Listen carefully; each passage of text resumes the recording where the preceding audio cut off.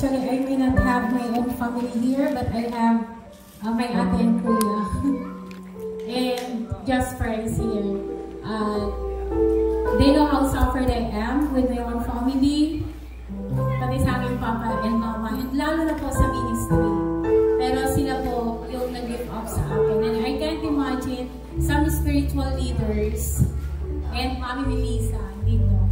Witness po sila how some spiritual leaders mock me and down me spiritually. So nag-down ako mentally, then, pero hindi ko po sinukuha ng pananampalataya. I moved forward, no? But I took it slow. Kasi hindi ko kaya na mag-work sa ministry nang may mga nakaabang mo ano man yung mga gagawin ko. Salamat po, Ate Kuya. Sila po yung dahilan kung ba't kumapal po yung mukha ko. Hindi nila ako iniwan. Imbis na sabi nila na magpahinga ka dahil grabe yung nangyayari sa buhay mo, pero hindi. Like Aaron and Hur, sila yung humawak ng kamay ko para magpatuloy.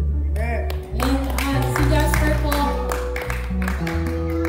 andyan po siya lagi para binubusog ako physically.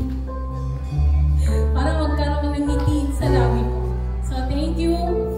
And I thought, yung kaaway, sinurrounded man niya ako ng mga maling tao na mag-down sa akin. But God is more bigger. Sinurround niya ako ng mas maraming tao na tatanggap at magmamahal sa akin. And I want to thank God because I finally found my home. The city of God. Thank you po. Sabi ko ni Bishop, we are not judgmental here. In-accept ko nila kung ano yung mga kahinaan ko. At I will do my best na, kasi po alam na po nung ni Ate at ni Kuya ni Jasper kung gaano po ako kapasaway.